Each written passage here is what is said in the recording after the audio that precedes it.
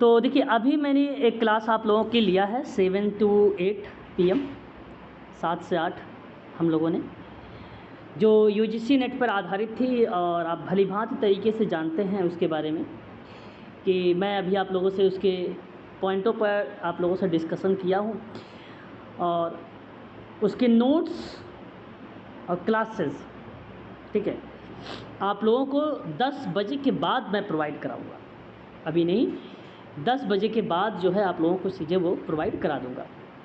तो एक सवाल आपके सामने यहाँ पे प्रस्तुत हो रहा है और ये क्वेश्चन DSSB के अगर आप जुड़े हुए हो यहाँ पर, है ना, तो ध्यान से सुनिएगा। सोशल वेलफेयर ऑफिसर के स्टूडेंट, जो क्रिमिनोलॉजी का एक सिलेबस मेंशन किया गया, बड़ा व्यापक स्तर पर सिलेबस है वो, और उन्हीं सिलेबस पर मैं आप लोगों को डिस्कशन भी कर रहा हूँ। इस समय चल रहा है हम लोगों का टॉपिक, और यही क्रिमिनोलॉजी से संबंधित ये सवाल है जो पेपर आप देख रहे हैं UGC नेट का है ये क्वेश्चन पेपर। और पहला सवाल आपके सामने कहता है कानून बनाने की और कानून तोड़ने की, है ना, criminology include with in its scope, यानी कानून तोड़ने की और कानून तोड़ने की प्रति अनुक्रिया करने की प्रक्रिया अपराध के सीमा क्षेत्र में समाविष्ट है। यह विचार किसका है? सुनिएगा ध्यान से। कानून बनाने की और कानून तोड़ने की और कानून तोड़ने के प्रति अनुक्रिया करने की प्रक्रिया का अपराध सीमा क्षेत्र में समाविष्ट है, यानी क्रिमिनोलॉजी इंक्लूड किया गया है with in its scope the process of making law, of breaking law and reacting breaking of laws who has punctuate these views. Beccaria, Sigmund Freud, Edwin Sutherland and Reckless. Please option का चुनाव करें, कौन सा option सत्य यहाँ पर होना चाहिए, प्लीज़ जी। यदि ऑप्शन आपने यहाँ पे सब तुक्का तो नहीं मारे हो, प्लीज़, बहुत बच्चे होते हैं आप जैसे तुक्का मारने में बड़ा एक्सपर्ट होते हैं, तुक्का ही मारे, बोल दो हाँ, और क्या है? एडविन सदरलैंड से बच्चे इस वाले कोर्स से वो नहीं होंगे, अवेयर नहीं होंगे, तो इसलिए तुक्का। अच्छा, तो मतलब बताते भी नहीं हो, छिपा लेते हो हैं कि मतलब आप बताया करो फिर। सर पता नहीं किसने मारा, मैंने तो नहीं मारा है, लेकिन मैं बताता हूँ आपको, यहाँ पे आपको बता देता हूँ, सुनिए। वाइट कॉलर क्राइम का नाम सुना है? वाइट कॉलर क्राइम, जी सर। वाइट कॉलर क्राइम में क्या होता है, अगर एक कोई गवर्नमेंट आदमी, ठीक है, कोई गवर्नमेंट आदमी ऑफिस में बैठ के या गवर्नमेंट का अपना रोल अदा करते समय भ्रष्टाचार करता है। आप मान लीजिए कोई भ्रष्टाचार कर रहा है कि भाई किसी की भर्ती हो रही है, सिलेक्शन हो रहा है, उसमें पैसे ले रहा है वो, लेकिन देखिए उस पोस्ट पर बैठा हुआ है, जो कि वो अच्छी डिजिग्नेशन पोस्ट है उसकी गवर्नमेंट में, फिर भी वहाँ पे वो पैसे लेकर उसका सिलेक्शन कर रहा है। इसका मतलब है कि वो वाइट कॉलर क्राइम कर रहा है, सफ़ेद पोश अपराध कर रहा है। इसका मतलब कानून बनाने, वह कानून बनाएगा भी वो, और कानून तोड़ने और कानून टूटने के प्रति वो अनुक्रिया भी जाहिर करेगा, रिस्पॉन्स भी आपको देगा। ये सीमा क्षेत्र के बारे में अगर रिप्रेजेंट करने वाला कोई विद्वान का नाम आता है तो याद रखिएगा एडविन सुदरलैंड का नाम आएगा। ये वाइट कॉलर क्राइम जब 1939 में आया था कॉन्सेप्ट ना, तो उसी समय इन क्रियाओं को लेकर जिक्र किया गया था, इन क्षेत्रों पर विचार विमर्श किया गया था क्रिमिनोलॉजी को लेकर, और यही आपका ऑप्शन जो जाएगा वो सत्य माना जाएगा, option number third. Option number third. ऐसे समाज में या ऐसे समय में जब अमेरिकी आपराधिक न्याय प्रणाली सूक्ष्मदर्शी के अधीन होते हैं, तो अपराध विज्ञानी विज्ञान के अंतर्गत सामाजिक न्याय को लेकर, सोशल जस्टिस को लेकर, न्याय संगत प्रक्रियाओं पर लेकर बातचीत करते हैं। कहने का मेरा आशय आप लोगों से ये है कि 18वीं शताब्दी में सन 1764 में बैकरिया ने एक पुस्तक लिखी थी। किसने लिखा था पुस्तक? बैकरिया ने। पुस्तक का नाम था ऑन क्राइम एंड पनिशमेंट। क्या नाम था? 1974 में जो तथ्य मैं आपके सामने प्रस्तुत कर रहा हूँ, आप सभी लोग उन तथ्यों को सुचारू तरीके से अपने कॉपी पर मेंशन अवश्य करेंगे। ऑन क्राइम एंड पनिशमेंट की प्रक्रिया 1764 में सीज़ारे बैकरिया ने शब्दों को रिप्रेजेंट किया और कहा कि अपराध की गंभीरता के अनुसार दंड निर्धारित करने का आह्वान किया था। तो उस कंडीशन में आपराधिक न्याय संदर्भ को रिप्रेजेंट किया। तो जब अपराध की गंभीरता के अनुसार दंड का निर्धारित किया जाएगा, आह्वान किया जाएगा, तो वह स्टेटमेंट बनता बैकरिया का। लेकिन कानून बनाना, कानून तोड़ना, कानून के प्रति अनुक्रिया देना, ये सदरलैंड का ही नाम प्रस्तुत होगा। ये बात आपको यहाँ पर पता होना चाहिए। इस चीज़ को आप सभी लोग अवश्य ध्यान में रखेंगे बैकरिया के बारे में। सिगमंड फ्रायड एक ऐसे विद्वान का नाम आता है जिन्होंने संज्ञानात्मक प्रक्रिया में मनोविश्लेषणात्मक प्रक्रिया में अपनी एक अहम भूमिका निभाते हैं, है ना। मनोविश्लेषणात्मक में कुल टोटल इसने 5 अवस्थाओं के बारे में बताया था, जैसा कि आप सबको मैं पहले ही पढ़ा चुका हूँ। एक इलेक्ट्रा ग्रंथि होती है, एक ओडिपस ग्रंथि होती है कि नहीं? बताइए, क्लियर करिए एक बार प्लीज़। Ji sir. ये बात आपको पता होना चाहिए। रेकलेस का नाम आता है। देखो, रेकलेस एक ऐसा शब्द है, अगर मैं आपसे इसके बारे में जिक्र करूं तो इसको हम लोग लापरवाह कहते हैं, असावधान कहते हैं मीनिंग में, लेकिन ये विद्वान का नाम है। रेकलेस ने अपराध में अगर किसी ने शब्द को बात किया तो उसने कंसिक्वेंस शब्दों पर जिक्र किया, अपराध के परिणामों पर भूमिका निभाया। कंसिक्वेंस का मतलब क्या होता है? ABC का मतलब जानते हो? ABC, please, acceptance, behaviour, consequence, ABC यही होता है, ठीक है। याद रखने वाली चीज़ें हैं, प्लीज़ ध्यान रखिएगा। आगे बढ़ते हैं। क्वेश्चन नंबर 2, निम्नलिखित में से किस देश में वेश्यावृत्ति सरकार नियंत्रण में होती है, यानी सरकार में नियंत्रण होती है? देखिए, ये भी सवाल आपके सामने जो प्रस्तुत हुआ है, अच्छा खासा क्वेश्चन है, प्लीज़ स्पष्टीकरण करिए एक बार। सवाल आपके सामने भाई, among the following in which country? अच्छा, France, Pakistan, Thailand and Bharat. अच्छा जी, यहाँ सही जवाब अगर मैं बात करता हूँ, France is the right answer होगा इस प्रश्न का सही ऑप्शन, है ना। अगर मैं आप सबसे जिक्र यहाँ पे कर रहा हूँ तो जो ऑप्शन सत्य माना जाएगा वो ऑप्शन आपका फ्रांस ही सही माना जाएगा, ठीक है।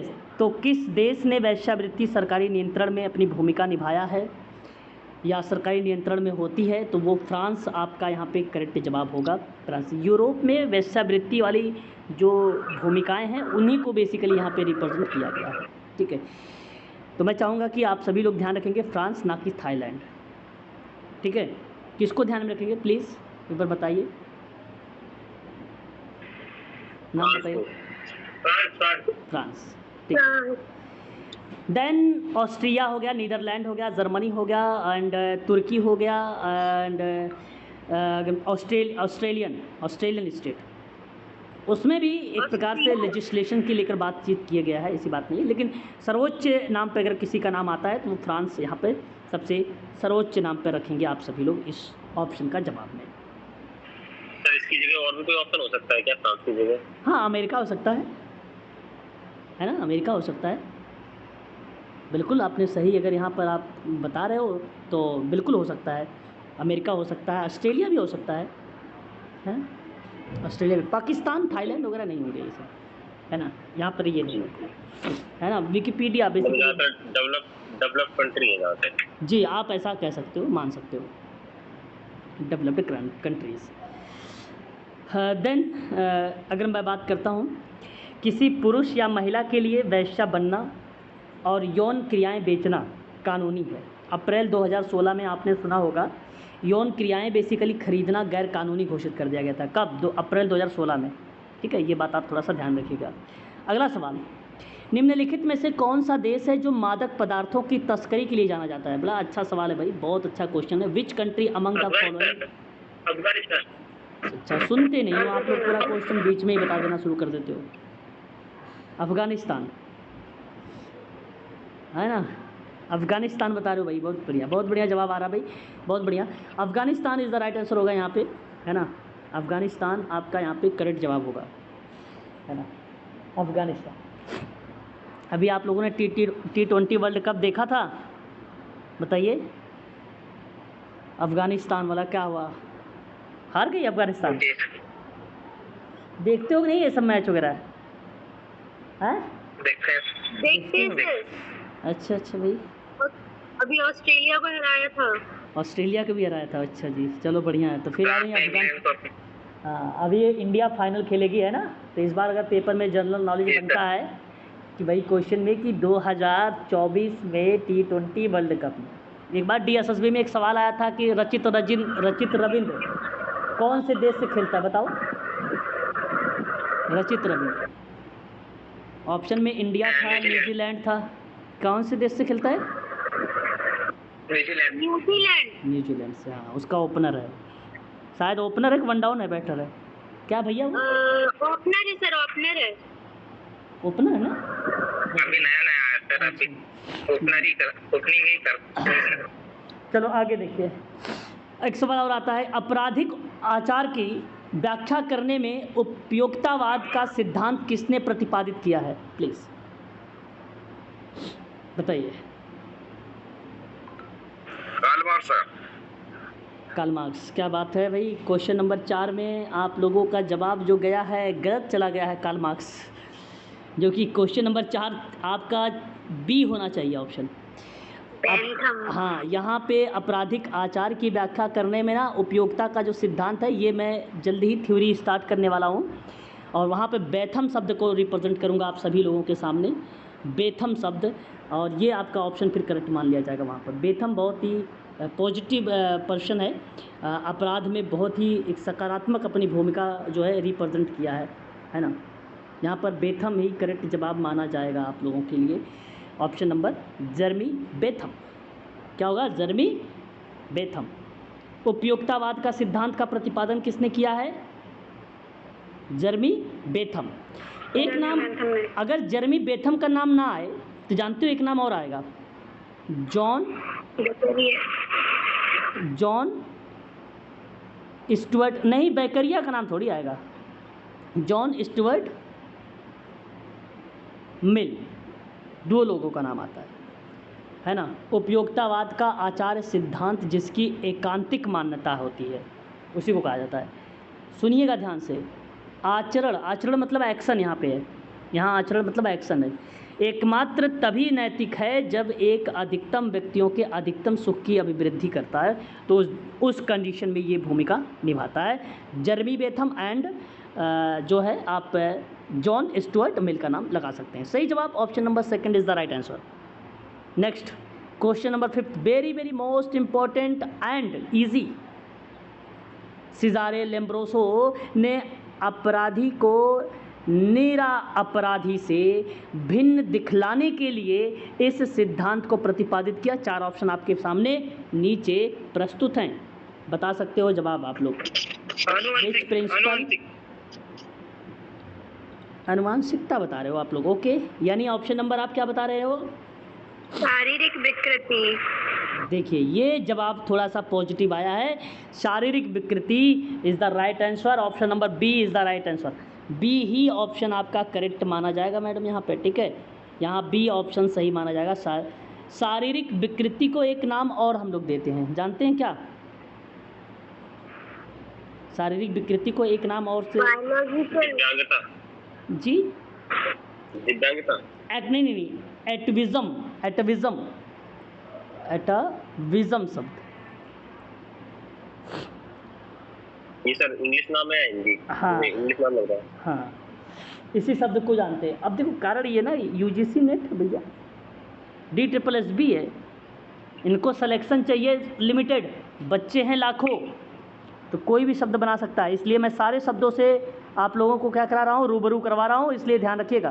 क्वेश्चन नंबर 6, आपराधिक प्रकारों का विशेष ब्यौरा, आपराधिक प्रकारों का विशेष ब्यौरा देते समय विलियम सैडन ने किस शब्द का उपयोग किया था? Very very most important fact वाला क्वेश्चन, अपराध से जुड़ा हुआ सवाल है, प्लीज़ जवाब बताइए क्या होना चाहिए यहाँ पर। Ectomorphic. Question number 6। Ectomorphic. Okay sir चलिए, पीडन सुखवादी। यहाँ सही जवाब अगर मैं आपसे बात करूँगा तो ऑप्शन नंबर आपका सही जो गया है यहाँ पर एक्टोमॉर्फी। Ecto endo Meesho. हाँ, अगर मैं आपसे यहाँ पर बात कर रहा हूँ मैडम, आपने जो सही जवाब दिया है एक्टोमॉर्फी शब्द जो रिलेट कराया यहाँ पर, ये सत्य जवाब है आपका। बेसिकली ये होता क्या है, एक्टोमॉर्फी एक बॉडी टाइप होता है। क्या होता है? एक बॉडी टाइप होता है। एक्टोमॉर्फी एक ऐसे व्यक्ति को संदर्भित करता है जिसके पास लंबी दुबली मांसपेशियाँ, हाथ और पैर होते हैं। एक्टोमॉर्फी बॉडी टाइप की विशेषता जिक्र करता है ये एक्टोमॉर्फी, है ना, उस कंडीशन में ये आता है। और यहाँ एक्टोमॉर्फिक बॉडी टाइप की जो विशेषता होता है वो वसा का भंडारण जो होता है वो कम होता है। वज़न बढ़ाने की मांसपेशियाँ को विकसित करने में वो बेसिकली क्या होता है, अक्षम होता है, ठीक है। और जो मीज़ोमॉर्फिक होता है ना, वो बेसिकली आप ये कहिए कि मीडियम वाले होते हैं वहाँ पे। जो एंडोमॉर्फिक वाले होते हैं वो मोटे होते हैं, उस कैटेगरीज में आते हैं वो लोग, है ना। तो इस तरीके के शब्द को जो बेसिकली रिप्रेजेंट किया गया है, एक्टोमॉर्फिक, मेसोमॉर्फिक एंड एंडोमॉर्फिक, शारीरिक प्रकार का आहार करने की बेसिकली कंडीशंस है। कुछ प्रसिद्ध महिला एक्टोमॉर्फिक में जैसे टेलर स्विफ्ट की बात करते हैं, क्वेट मास की बात करते हैं, कैमरून डिज़ाइन की बात करते हैं, चार्ली थेरान की बात करते हैं। ये लोग कुछ महिलाएं हैं जो बड़ी फेमस हैं। आजकल आप लोगों ने देखा होगा, एक फेसबुक पे आता है ना, पतला सा बच्चा आता है, लड़का आता है, वो आजकल सेलिब्रिटी के साथ वो डांस वगैरह करता है। वो देखा है किसी ने? याद, मेरा उसका नाम तो याद नहीं आ रहा मुझे, क्या नाम है उसका, बट दुबला पतला दिखता है वो बहुत। तो लेकिन बेसिकली वहाँ पर ना उसके शरीर की वसा जो मात्रा होती है उसकी काफ़ी कल्पना से कहीं जो है कहीं कम होता है ना, वसा, ठीक है। उसी को बोला जाता है ये एक्टोमॉर्फिक, ठीक है। और उसी शब्द का बेसिकली प्रयोग विलियम सैडल। अब देखो, व्यक्तित्व के प्रकार जब मैं पढ़ाऊँगा ना तो सैडल का नाम मिलेगा वहाँ पर आपको। ये एक्टोमॉर्फिक, मीज़ोमॉर्फिक और एंडोमॉर्फिक 3 टाइप मिलेंगे व्यक्तित्व के, पर्सनालिटी के। कुछ बच्चों को याद आना चाहिए भाई, साइकोलॉजी तो पढ़े हो, साइकोलॉजी तो पढ़े होंगे कुछ इतनी तो, पर्सनालिटी वगैरह बताओ। अरे बोल तो या करो भाई एक आध बार। हाँ सर मनोविज्ञान से हमारा कोई संबंध नहीं रहा। अच्छा, मनोविज्ञान से संबंध नहीं था। राकेश जी, संबंध बनाओ, जिससे संबंध ना हो ना, संबंध बनाने की कोशिश करो। किशोर, क्वेश्चन नंबर 7, किशोर अपचारिता की व्याख्या करने के लिए विभेदक साहचर्य का सिद्धांत किसने सूचित किया है? सदरलैंड। क्या बात है, आपने डिफरेंशियल एसोसिएशन थ्योरी बता दिया। विभेदक साहचर्य का सिद्धांत मैं पढ़ाया हूँ, ऐसा कोई स्टूडेंट नहीं बोलेगा भाई कि मैंने नहीं पढ़ाया। पढ़ाया कि नहीं पढ़ाया? जी सर पढ़ाया है। बिल्कुल। तो ये बेसिकली डिफरेंशियल, एक प्रकार से अगर मैं बात करता हूँ तो एसोसिएशंस थ्योरी है, बड़ी ही फेमस थ्योरी है। परीक्षाओं वगैरह में बेसिकली ये देखने को मिलता भी है, इससे सवाल वगैरह, है ना। मैं आप लोगों से कहूँगा कि आप सभी लोग सदरलैंड का ही नाम लगाइए, सही जवाब ऑप्शन नंबर डी होगा। ये तो सवाल और आसान है, ये भी पढ़ा रखा हूँ बच्चे। सर सहचर्य वर्ड आ जाता है तो वो सदरलैंड ही टच होता है। जी सर, क्या कह रहे हैं? सहचर्य वर्ड आता है क्वेश्चन में तो वो सदरलैंड ही ऑप्शन में जाता है। बिल्कुल बिल्कुल, सहचर्य हो गया, एसोसिएशन हो गया, संघ हो गया, है ना, विभेदक संघ भी बोलेगा।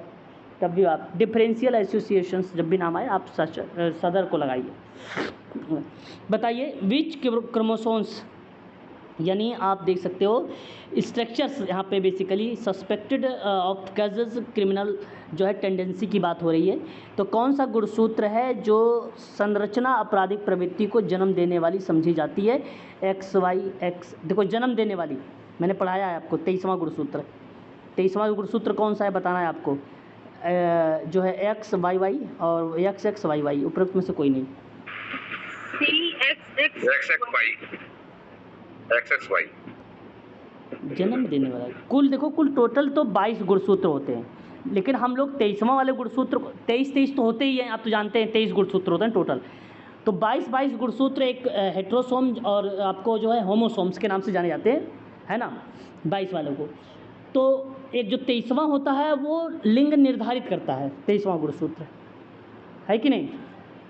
तो क्वेश्चन नंबर 8 में ना 23वां जो गुणसूत्र बनेगा जन्म देने वाला XXY बनेगा, ठीक है। क्या बनेगा? XXY।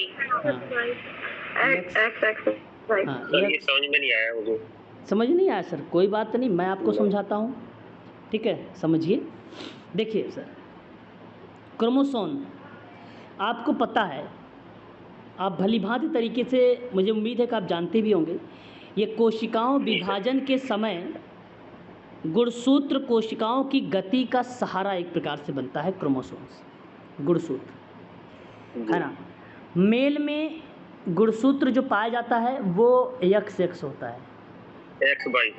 हाँ सॉरी XY, मेल में XY, और फीमेल में कौन सा गुणसूत्र होता है? XX होता है फीमेल में, हाँ ठीक है, XX होता है, ये फीमेल में होता है।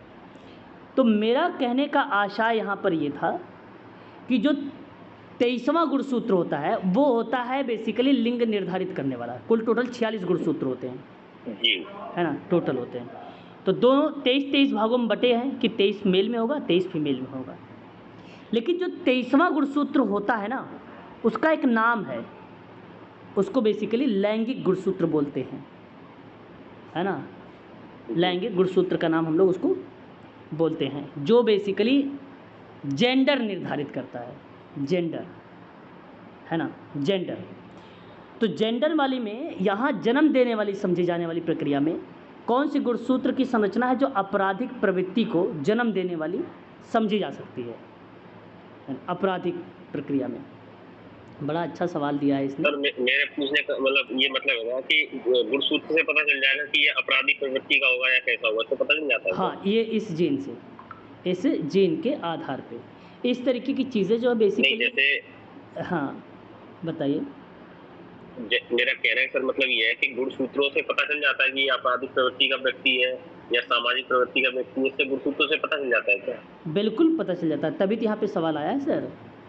गुणसूत्रों से बिल्कुल पता चल जाएगा, और इसी के आधार पे तो ये सवाल आपके सामने रिप्रेजेंट हुआ है।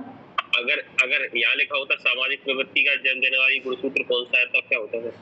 देखो, सामाजिक परिप्रेक्ष्य में अगर हम लोग जिक्र करते हैं तो बेसिकली रिप्रेजेंट आप जैकब सिंड्रोम एक आता है, जैकब सिंड्रोम। जो वो जैकब सिंड्रोम में आप पढ़ेंगे जैकब सिंड्रोम, तो वो XYY होता है ना, जैकब सिंड्रोम। जैकब्स क्रोमोसोम्स में बेसिकली रिप्रेजेंट करता है। तो जैकब ने वहाँ पे कुछ सिम्टम बताए थे, इंक्लूड किए थे, है ना, लर्निंग के भी और सामाजिक के भी, डायग्नोस्टिक के भी सिम्टम कुछ उन्होंने बताए थे, एनालिसिस किया था, तो उस दौरान इन्होंने जिक्र किया था। तो अच्छा, तो ये सर हमें यूजीसी में पढ़ाया जाएगा कई सारी चीज़ें? नहीं, यूजीसी का ये टॉपिक नहीं है, ये इतना डीप में नहीं जाएंगे हम लोग।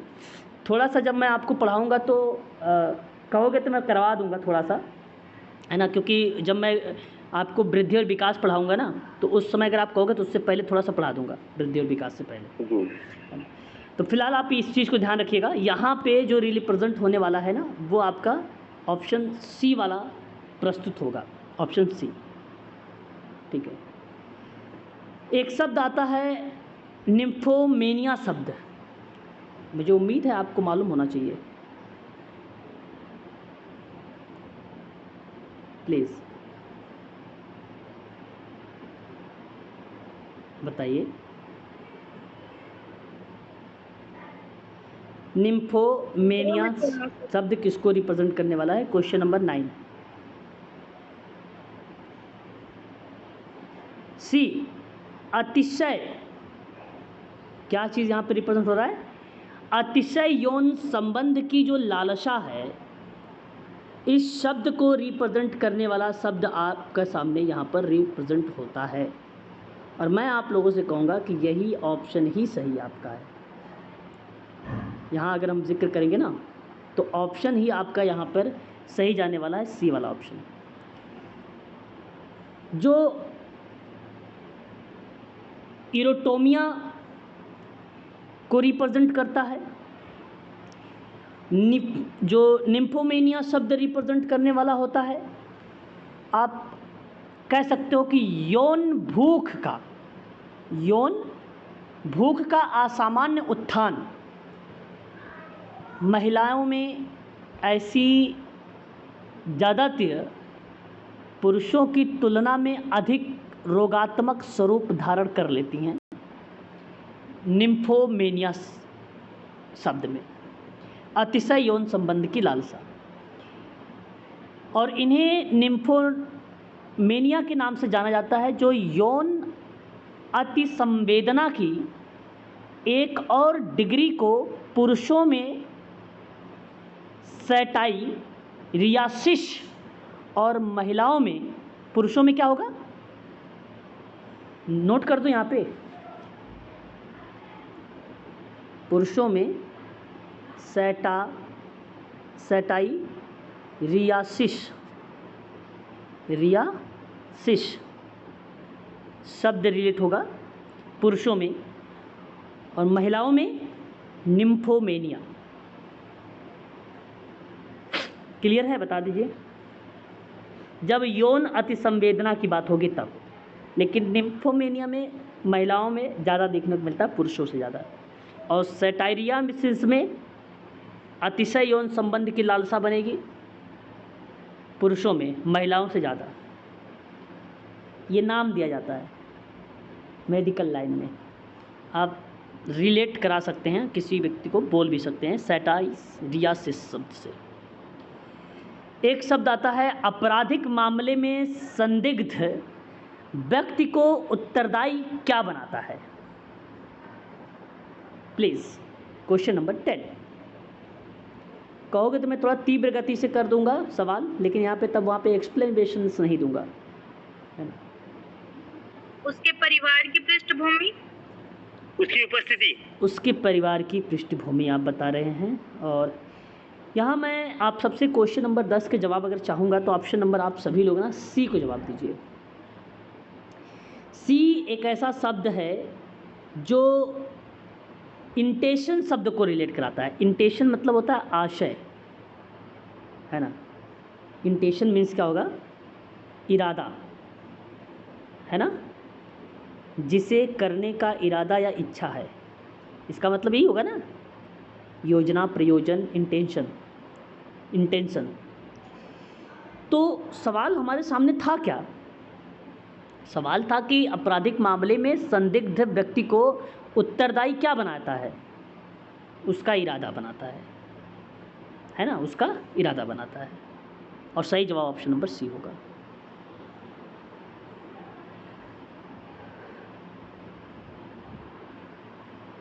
सवाल समझ में आ रहे हैं ना आप लोगों को? प्लीज़ एक बार बताइए, बताइए एक बार, सवाल समझ में आ रहे हैं ना? चलिए, अच्छा, एक सवाल और ये सवाल आपके सामने किस तरीके से प्रस्तुत हो रहा है।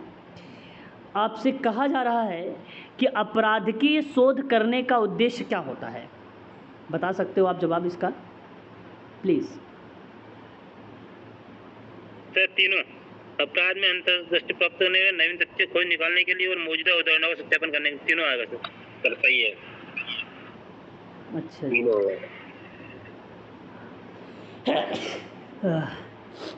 सर्दी हो रखी है ना।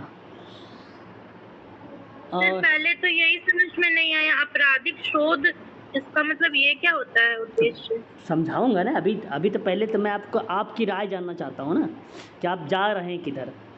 ये ऑप्शन, चलो अच्छा, यहाँ बट ये ऑप्शन नंबर जो जाएगा आपका डी सही है, किसी बच्चे ने बताया यहाँ पे।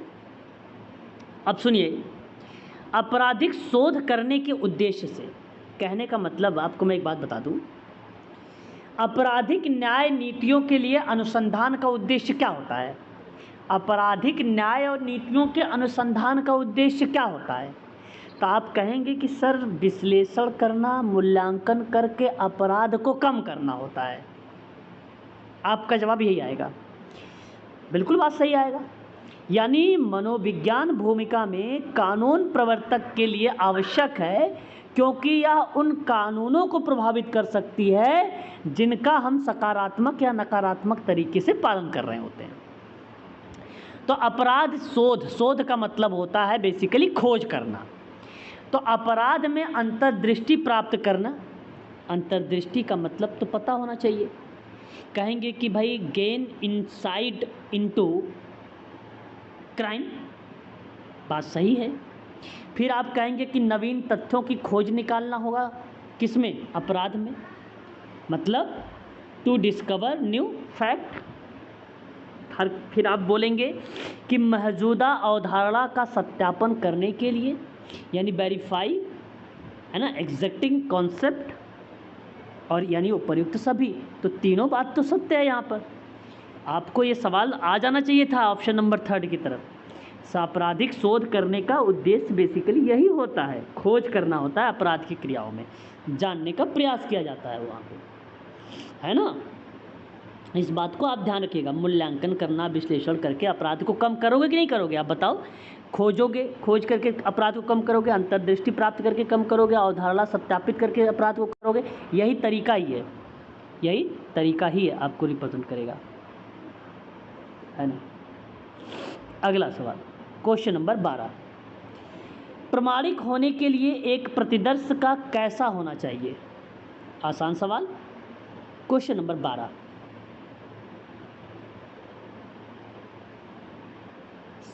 प्लीज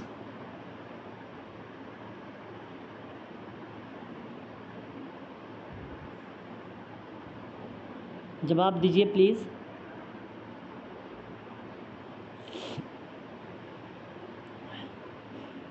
वैध होने के लिए या प्रमाणिक होने के लिए एक प्रतिदर्श का कैसा होना चाहिए? प्रतिनिधित्व के रूप में होना चाहिए ना, प्रतिनिधि, रिप्रेजेंटेशन के रूप में होना चाहिए। यस या नो? बोलिए, आवाज़ मेरी क्लियर है? रिप्रेजेंटेटिव, देखिए भाई बोलिए ना, आवाज़ नहीं जा रही क्या? हेलो, कॉर्ड पे लगा दिया है। क्वेश्चन नंबर 13, कौन से प्रकार आरेख, त्रिकोण और कोटियों, डिग्री, कोटियों का मतलब डिग्री, का उपयोग करता है? ये आपके सामने क्वेश्चन नंबर 13 है।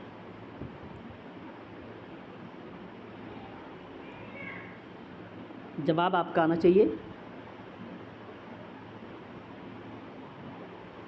सर डी, प्रकीर्ण या चित्रण। D option. ओके, चित्रा वाला आरेख सर। देखिए ये अगर मैं बात करूं तो यहाँ जो जवाब जाएगा आप लोगों का ना, पाई डायग्राम का नाम सुना? पाई डायग्राम, जी सर। हाँ तो सुना था पाई। पाई डायग्राम यहाँ पर आपका ऑप्शन करेक्ट होगा। लेकिन कैसे होगा? पाई चार्ट मैं आपको समझाता हूँ। पाई चार्ट एक सर्कल चार्ट होता है। कैसा चार्ट होता है? सर्कल चार्ट होता है ना। आपने कहा, सपोज मान लीजिए 13% युवा हैं, 12% मान लीजिए, ठीक है, 7% बच्चे हैं, ठीक है, 40% महिला है। इस तरीके का शब्द जो है रिलेट करा दिया आपने। ये देखो त्रिकोण बन रहा है। कौन से प्रकार में आरेख त्रिकोण बन रहा है? यहाँ पे देखो त्रिकोण बन रहा है, श्रेणी बन रही है। इसका उपयोग अगर कहीं होता है ना तो पाई आरेख में होता है। पाई चार्ट में प्रत्येक जो होता है बेसिकली प्रक्रियाएं प्रतिनिधित्व के रूप में जो रिप्रेजेंट की जाती है वो पाई चार्ट में की जाती है। और पाई रेख का मतलब होता है एक प्रकार का ग्राफ, डेटा का गोलाकार रूप में दर्शाया जाता है। वृत्त का प्रत्येक टुकड़े पूरे के एक अंश का अनुपातिक भाग होता है ना, पूरे का 360 डिग्री का होता है, 100% का होता है एक एरिया पाई चार्ट में। सही जवाब ऑप्शन नंबर आपका 3 होगा। अब जो तिरछा आरेख होता है उसमें क्या है कि ट्रायंगल तो उसमें भी बन सकता है ना। इसमें क्या है, डिग्री हमें प्रॉपर पता चलती है कि कितनी डिग्री पे आ रहा है। ये चीज उसमें होती है ना पाई आरेख में। जी, पाई चार्ट में बिल्कुल बिल्कुल पाई चार्ट डिग्री भी पता चलती है और त्रिकोण भी बनता है। बिल्कुल सही समझ गए, 360 डिग्री, बिल्कुल सही बात आपने सही सोचा यहाँ पे जो आपने मुझे बताया अभी। बाकी तो कोई 180 डिग्री पे होगा।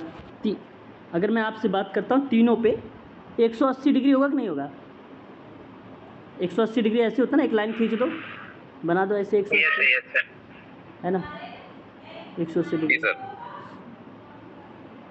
चलो क्वेश्चन नंबर 14, निम्नलिखित में से उत्पीड़ित विहीन अपराध कौन सा है?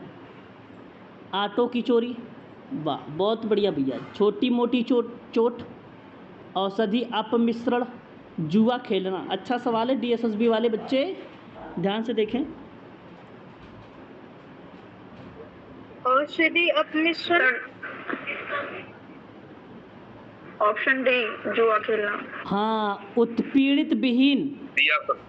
देखो उत्पीड़ित विहीन है ना, ऑटो करोगे जाहिर सी बात है आपने उत्पीड़न किया, आपको दंड मिलेगा। छोटी मोटी चोट लग जाना भी दंड मिलेगा। बहुत लोग कहते हैं घुटने की, कमर के नीचे अगर चोट लगती है तो उसका कंप्लेन नहीं होता है, ऐसा कुछ नहीं है ना। चोट अगर होता है घुटने के नीचे भी ना, तो वो जघन अपराध, अगर जिस तरीके का अपराध करेंगे उस तरीके से आपका शामिल रहेगा, ठीक है। कमर के नीचे। औषधि अपमिश्रण, ड्रग है, ड्रग्स का अगर आप करेंगे, मिश्रण वगैरह करते हैं तो होगा ना, बिल्कुल होगा। जुआ खेलना एक ऐसा शब्द है, ये सवाल एक बार मैंने और करवाया था, मुझे याद आ रहा है। यूजीसी वाले में करवाया था सर, यूजीसी हाँ, एग्जाम यूजीसी वाले में करवाया था, शाबाश, बहुत बढ़िया बहुत बढ़िया। क्वेश्चन नंबर 15, निम्नलिखित में से कौन से पौधे से अफीम उत्पन्न होता है? भाई वाह, ये भी करवाया है। ये सर पेपर सोमनीफेरम से। पुराने बच्चे यानी क्लास में जुड़े हुए हैं आज, यदि पुराने बच्चे जुड़े हैं तो बहुत बढ़िया काम कर रहे हैं। Option B sir. हाँ, ऑप्शन नंबर आपका यहाँ पे क्या जा रहा है?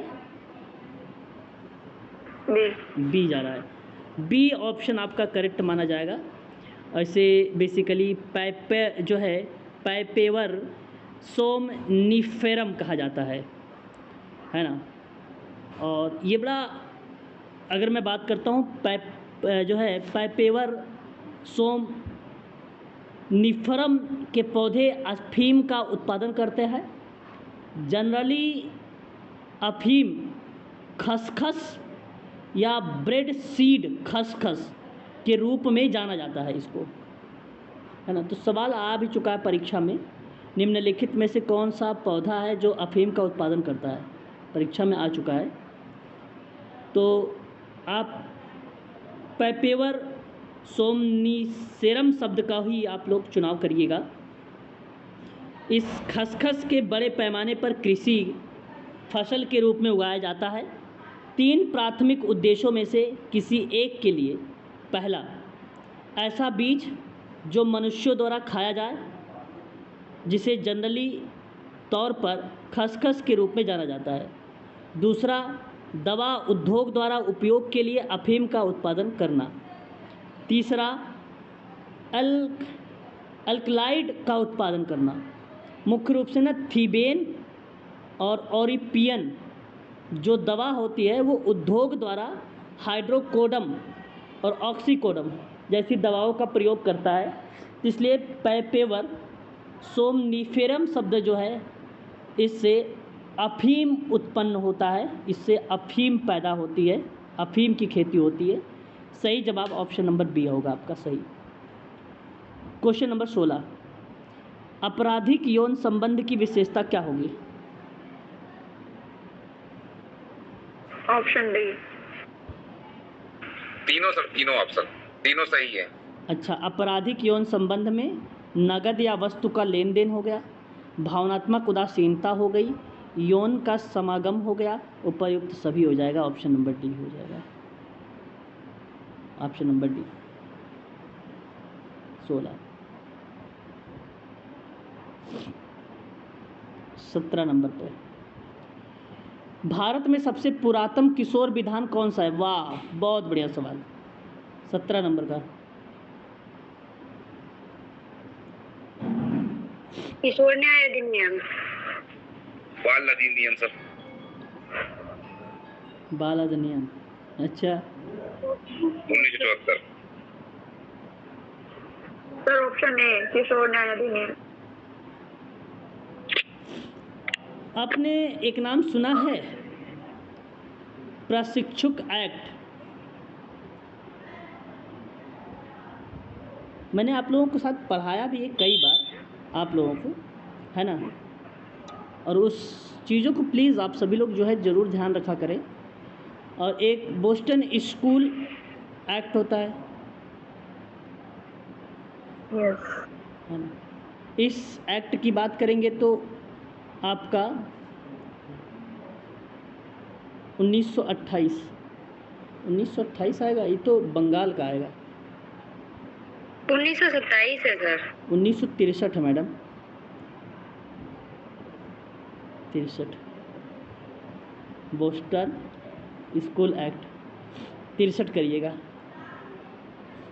है ना। 63 अलग अलग राज्यों के द्वारा बेसिकली आप बता रहे हैं मैडम, जो रिप्रेजेंट करने वाला है अगर हम बात करते हैं तो वो बेसिकली यहाँ पर 1963 वाला ही बोस्टन स्कूल के नाम से जाना जाएगा। एक नाम चिल्ड्रन एक्ट तो सुना ही होगा, है ना। दो चिल्ड्रन एक्ट जानते हैं, चिल्ड्रन एक्ट 1960, बेर एक्ट 1960, किशोर न्याय 2015, juvenile justice protection and care and protection end of children. सबसे पुराना इसमें कौन है? बाल अधिनियम 1960 वाला बाल अधिनियम बेर एक्ट। बेर एक्ट ना, बेर एक्ट या चिल्ड्रन एक्ट। सही जवाब ऑप्शन बी आपका सही माना जाएगा, है ना। यहाँ पे सही माना जाएगा। ये पेपर 2014 का है। 2017 में ना बेसिकली इसमें मॉडिफाई हुआ है, संशोधन हुआ है 2017 में, ठीक है। सही जवाब बी वाला ऑप्शन लगा लीजिए। बाल कल्याण समिति के समक्ष प्रस्तुत किए जाने वाले बच्चों के संबंध में उसका मुख्य उद्देश्य बताइए। सुधार करना, पुनरुद्धार, रिहेबिलिटेट। बिल्कुल पुनः यही बाल कल्याण समिति के समक्ष प्रस्तुत किया गया है बच्चों के संबंध में उसका मुख्य उद्देश्य पुनर्वास करना, रिहेबिलिटेट करना। नज़रबंदी नहीं कर सकते, रिफॉर्म होता है सुधार करना, अब मॉडिफाई होता है एक प्रकार। सुधार करोगे ना तो इसका मतलब है आपने कर दिया, दोबारा काम नहीं करोगे। लेकिन जो रिहेबिलिटेशन शब्द होता है, आपने सुधार कर दिया फिर दोबारा भी सुधार कर सकते हो, तो उस सुधार नहीं बोलोगे उसे फिर आप पुनर्वास बोलोगे, पुनः समाज के मुख्य धारा से जोड़ोगे। ऑप्शन सी सही है यहाँ पे, ऑप्शन सी पुनर्वास ऑप्शन में हमेशा सत्य जाता है, कभी गलत नहीं होता है।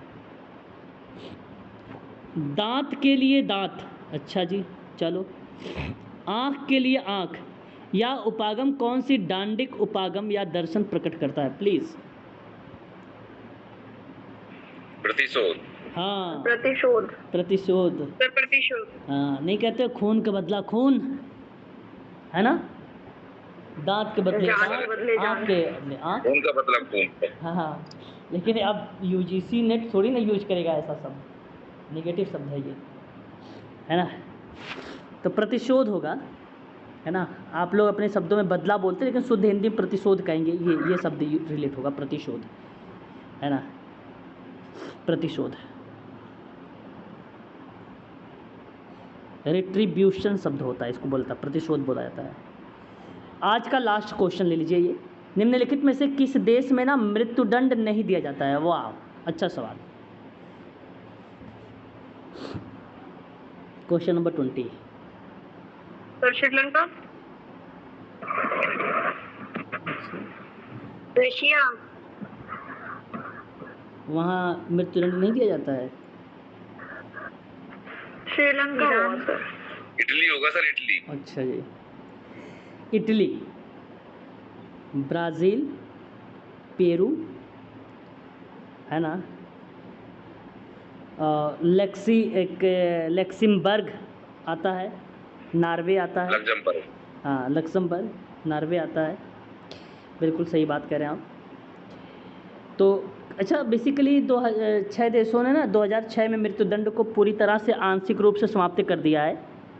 जैसे एक न्यू गिनी है, पपुआ न्यू गिनी है, कजाकिस्तान है, सियरा सिलोन है, मध्य अफ्रीकी एक गणराज्य है, इसने समाप्त ही कर दिया है लगभग। यहाँ सही जवाब इटली होगा, है ना, बी ऑप्शन। ठीक है, तो आज के लिए बस इतना ही रखिए आप सभी लोग, है ना। मैं इसके बाद आप लोगों को जो है कल डिस्कशन करूँगा और चीज़ों पर। ठीक है, आज के लिए केवल इतना रखिए।